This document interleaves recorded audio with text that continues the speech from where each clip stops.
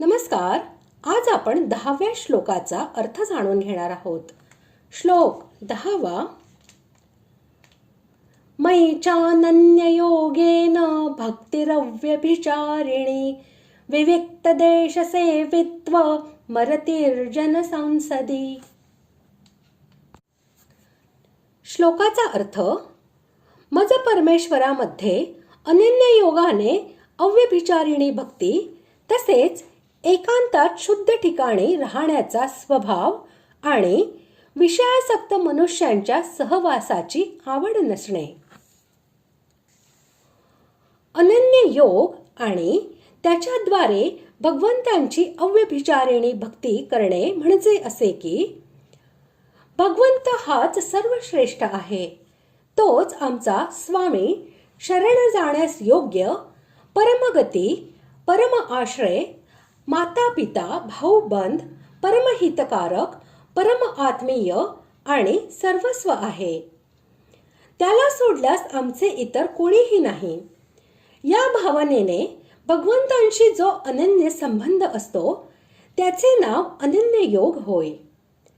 तसेच अशा प्रकारच्या संबंधाने फक्त भगवंतांचे ठायी, अढळ व पूर्ण असे विशुद्ध प्रेम करून भगवंतांचेच निरंतर भजन व ध्यान करीत राहणे म्हणजेच अनन्य योगाद्वारे भगवंतांची अव्यभिचारिणी भक्ती करणे होय.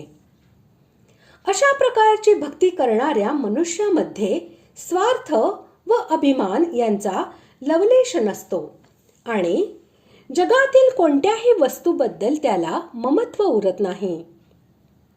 जगाशी त्याचा संबंध भगवंताच्या संबंधामुळेच असतो.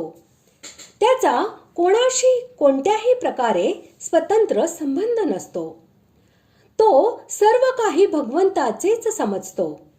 तसेच श्रद्धा व प्रेम यांच्यासह निष्काम भावनेने भगवंताचे निरंतर चिंतन करीत राहतो. तो जी काही क्रिया करतो ती सर्व भगवंतासाठीच असते. विविक्त देश म्हणजे जेथे कोणत्याही प्रकारचा गोंगाट किंवा गर्दी नसेल, जेथे दुसरे कोणीही राहत नसेल, जेथे राहण्यास इतर कोणाची हरकत नसेल किंवा त्याला क्षोभ न वाटेल, जिथे कोणत्याही प्रकारची घाण नसेल, जेथे काटे, खडे व केर खरकटे नसेल, जेथील नैसर्गिक दृश्य सुंदर असेल, जेथील हवा, पाणी आणि वातावरण निर्मल व पवित्र असेल, जेथे कोणत्याही प्रकारची रोगराई नसेल, जेथे हिंसक प्राणी व हिंसा यांचा अभाव असेल आणि जेथे स्वाभाविकपणे सात्विकतेचे परमाणू भरलेले असतील, अशा देवालय, तपोभूमी, गंगा इत्यादी पवित्र भूमीचे तट आणि पवित्र वन, पर्वत, गुहा इत्यादी निर्जन, एकांत व शुद्ध प्रदेशाला विविक्त देश असे म्हणतात.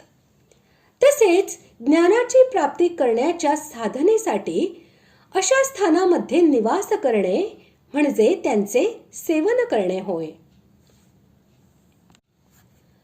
इथे जनसंसदी हे पद प्रमादी व विषयासक्त अशा सांसारिक मनुष्यांच्या समुदायाचे वाचक आहे.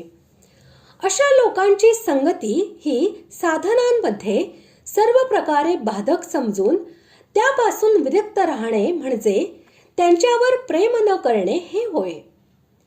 संत, महात्मा व साधक अशा पुरुषांची संगती ही साधनाला सहाय्यक होत असते. म्हणून त्यांच्या समुदायाचे वाचक येथे जनसंसदी हे पद आहे असे समजू नये. अशा प्रकारे आज आपण 10व्या श्लोकाचा अर्थ जाणून घेतला. पुढील भागात आपण 11व्या श्लोकाचा अर्थ जाणून घेणार आहोत. धन्यवाद.